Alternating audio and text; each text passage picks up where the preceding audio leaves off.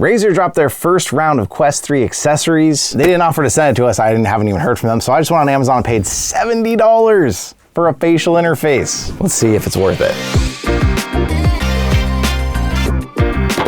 This does look similar to the facial interface that we tried for the Quest 2. They also dropped a head strap that looks identical to the Quest 2 one. And I like how the one time I tried to ship something back to Amazon in the retail packaging, they got really mad at me, but it's okay for Razer to cover the retail packaging on this in labels and send it to me where I can barely get them off the package. Oh, and of course they double taped it on me because they didn't put it in a box to make sure it stayed together. Open. Anyone have any good suggestions for a new unboxing knife? I feel like I need to send this one or take it somewhere to get professionally sharpened. So they are partnered up with ResMed. ResMed is a medical company that creates devices like sleep apnea masks, things that people have to wear all night, every night. And so the idea was with that kind of expertise, they'd make something really comfortable to have something on your face all day if you're playing VR. It specializes a bit more in the strap and you can really see it in the strap, but here in the facial interface, it looks like it's also supposed to work with them. And it's shiny, if nothing else. I remember they had their medical grade silicone on the previous version. It feels like it's that. And it's even got ResMed label inside. So this thing is basically a joint partnership between Razer, Meta, and ResMed. Reminder myself how it feels to have a fully 3D printed custom facial interface that's built just for my face. It feels good. And let's see the contrast. Personally, if you're going up to $70, you could go $80 if you got one of these custom ones from Oblick. If you use a discount code, I think we have one, brings it to $80. So you're kind of in the range of that premium one. So you're kind of like, should I get this Razer one or should I get something like that? Boy, this thing looks so thick. Am I just not used to stock interfaces anymore? We'll do some measurements, but I feel like that thing is pushing it out from your face a wee bit further and it's probably gonna cost you some field of view. Oh boy, that said though, short of my custom one, I feel like this is the best fit on my face I've felt yet. It doesn't feel like it was designed specifically for my face, but if you told me it was, I would almost believe you. Jeez. It's a little weird because the silicone on it, it almost feels like you have a normal interface with a silicone cover because it constantly feels like it's moving around a little bit on there. Like most facial interfaces, the padding is there. The padding is set. If you were to move the padding and let go, it snaps back instantly. This almost feels like if you push it down here, it kind of like stays there. It just feels like there's a lot of slack. The padding is not full by any means, but it does mean that the sides touch and they don't have any light bleed at all. It does have some very light venting, so that should help with fog. The silicone feels very slippery. Like it feels more premium than your typical just silicone cover. It just feels a little glossier. Feels like it might attract a little less hair, although even since I've said that, I can see lint already sticking to it. I remember the Quest 2 one was kind of sticky and that was not a big selling point for me. I'm shocked at how good this fits personally my face. I mean, I compare this to my custom 3D printed one that even sticks to my face because it's such a perfect fit. I will say, so far, I feel like they improved the design from the Quest 2 one quite a bit. Let's take a look at some other questions. 1, 2, 3, 4. We're making sure it's completely snapped in. Boy, it is amazing. The tiniest bit of plastic here can mess up this dock and nothing will work with it after. I'm going to declare it a works with Meta dock somewhat. You need to make sure it's really snapped in hard here. You have to feel it like click down because basically what's happening is this weird ridge on this edge right here needs to get caught completely up above that. So it needs to almost lock into place above this ridge and then it works, where the first several times it was getting in the way for me.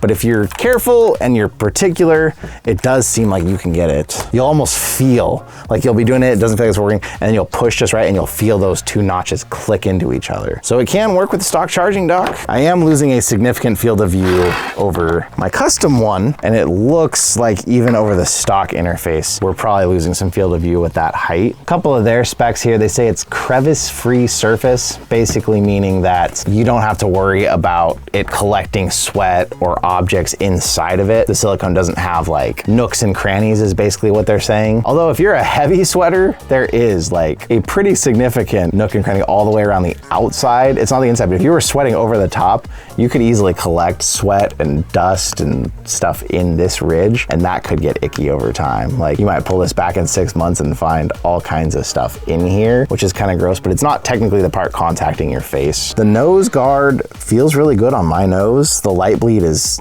Like there is none. You do lose the extendability. So the stock one, for whether you're switching out with someone who has glasses and you want to be able to move the headset in and out, doesn't come with a spacer for that, doesn't have any sort of ability to adjust it. It's all one solid piece of plastic. Well, you can really see it right there, how much difference there is in how close to your face this is getting, and you can't get any closer. So you are going to be losing a bit of field of view with this, no matter what. Where I use this custom one gives me the maximum possible field of view. I'm gonna go play with some games, chest it out, sweating it, see what I can do, but early thoughts, 70 is still a lot of money, but this definitely feels a lot closer to that value than we saw with the one for the Quest 2. So I'll be back shortly.